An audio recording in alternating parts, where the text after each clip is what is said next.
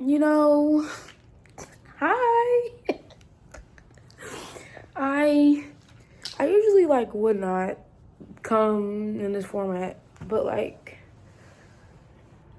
I'm just not having a good time.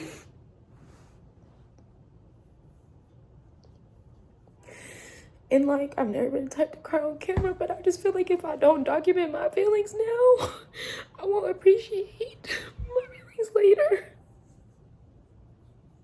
Guys, what do you do when your family is not your family? Like, the people God gave you have literally done nothing but speak down on you and just continuously hurt your feelings, victim blame. And then whenever you call them out for victim blaming, they're like, oh no, you're acting entitled. Oh no, that's not what's happening. I just feel like, I don't know what it is with mothers and daughters and even like sisters. But like, I don't have the ones that God gave me. No, they're definitely here for me to learn, to lean on myself, to love myself, to trust myself, to honor myself, and don't let anyone take me away from who I am. And like the one person that like was here to make sure I didn't falter from that, she left me. And she didn't leave me, but she transitioned in 2021.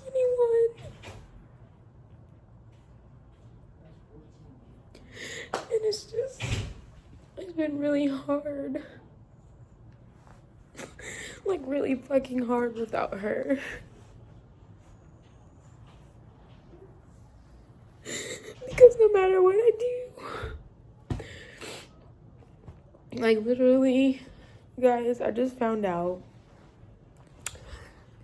that I have a whole extra year of school.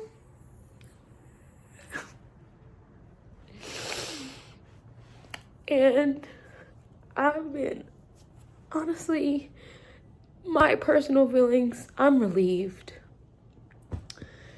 Because I didn't really feel ready, but I knew if that's what God had for me, then I wasn't going to fail.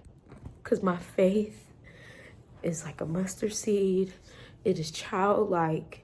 And nobody can take that away from me. From me. And so I was doing some work and I figured out that, I still have 3 credits after this semester. If I would have known that, I would have overloaded this semester and been finished. But there's no way. I'm gonna go try to talk to the dean tomorrow to see what I can do. But if not, I'm gonna be in school for an extra year. And I didn't get to tell my sister, but my mom told her. But I did tell my mom. And she like started screaming at me and yelling. And it just made me feel really stupid. And then my sister said, I didn't expect this out of you, of how intelligent you are. I expected you to be finished already. Well, intelligence has nothing to do with like how you feel, what's going on in your day-to-day. And like my whole main point to her was, you keep on talking about how intelligent I am, and while I am, that has nothing to do with my day-to-day state of being. It has nothing to do with my state of mental health, which are heavy influencers on you in your life and how you go about your day. Like me personally, if I'm getting yelled at before a class about some stuff that I can't control, or about something that somebody thought was true, and then I'm expected to go in class and be productive and learn, I'm sorry, but I'm just not going to be able to do that.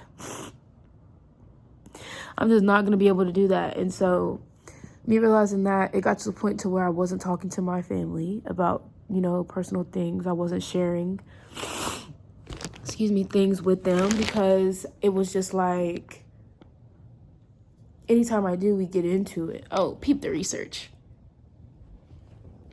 Yeah. And it's like, I've been very grateful and blessed to build my network with the people that I have currently in academia. But transparently, all of my shortcomings, all of the downfalls, the what we like to say in the spiritual community are tower moments and death cards, happened from, my family. And that's how I knew like they were karmic connections, because through being connected with you all, I am broken down to build myself up even greater than before. And while I appreciated that at a time, as I'm getting older, I don't have capacity to keep doing that. And I realize I don't have to keep doing that. That is a choice that I make. And that choice is realizing that not everybody that God puts into your life is meant to stay there forever, even if they're your blood family. I'm going to say that again. That choice is realizing that not everybody that is put in your life, not everybody that God puts in your life is meant to be there forever. Okay? We'll go back and listen to what I just said. But not everybody that God put in your life is meant to be there just because they're your family and just because they share your blood.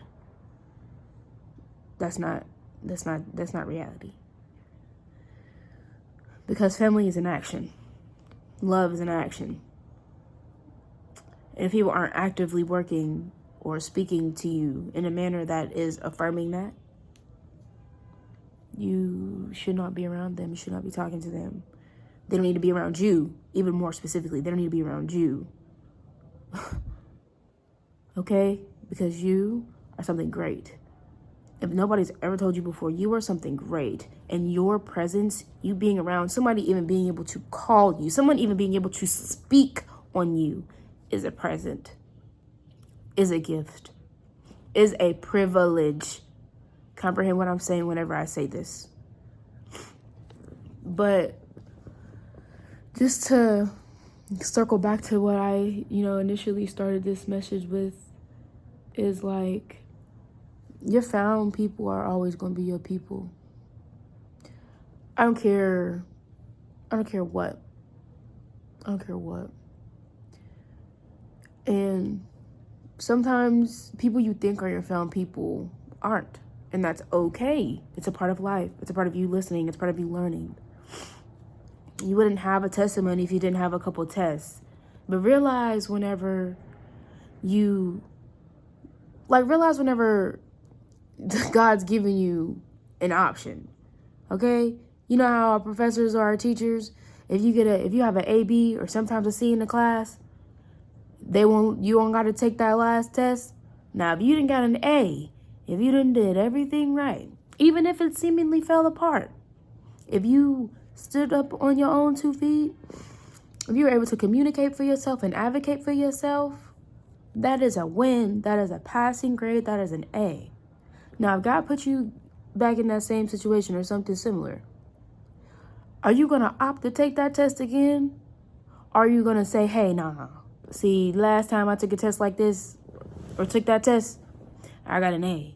So I'm going to go ahead and pass on that. Sometimes that's what it looks like whenever you keep on dealing with people who you know are just meant to help you grow within yourself. And it's frustrating whenever those people are your family, because it feels wrong. There's a level of cognitive dissonance that you have to get over, because we're taught, or we just internalize that our family, the people that we perceive initially upon growing up, that take care of us, that care for us, that love us, that uplift us, just because, they always did that, we think that means that's something that they're always going to do.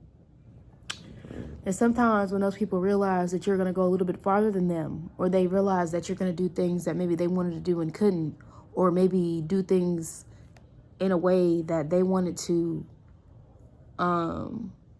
you realize that they don't really want it for you as bad as you want it for you, because then they start doing things and saying things to deter you or sabotage you or make you question yourself or second guess yourself or anything like that.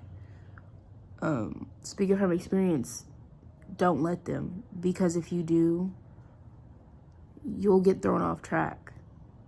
And as someone who did get thrown off track for a little bit, like, I'm telling y'all, I struggle with wanting to stay alive, okay? Please let them people go. If it has to be you or them, pick them. If it has to be you or them, pick them. Never let it be you, because they don't care if it is. I promise you that. I promise you that. One love, man. I don't know where we're going, but it's literally only going to be up from here. Peace out, y'all. Love.